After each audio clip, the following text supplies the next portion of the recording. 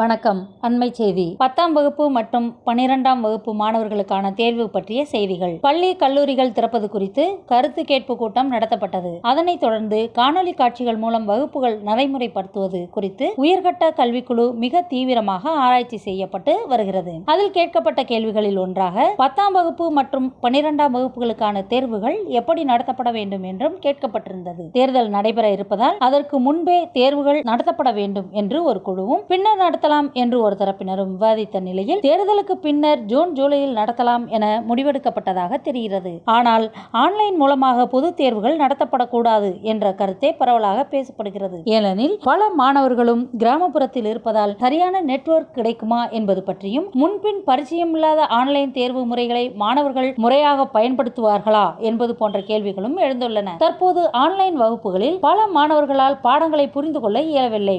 பலர் கலந்து கொள்ளவில்லை. சிலருக்கு நெட்வொர்க் சரியாக கிடைப்பதில்லை. சிலருக்கு ஆன்லைன் வகுப்புகளில் எப்படி கலந்து கொள்வது என்ற அடிப்படை அறிவு இல்லை என்பதால் இப்பிரச்சனையும் ஒரு கேள்வியாக எழுந்துள்ளது.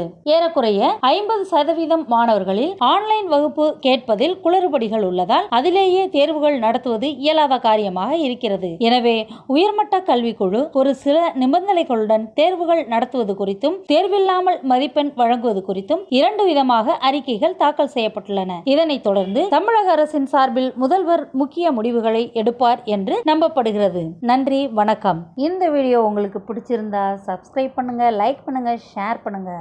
நன்றி, வணக்கம்.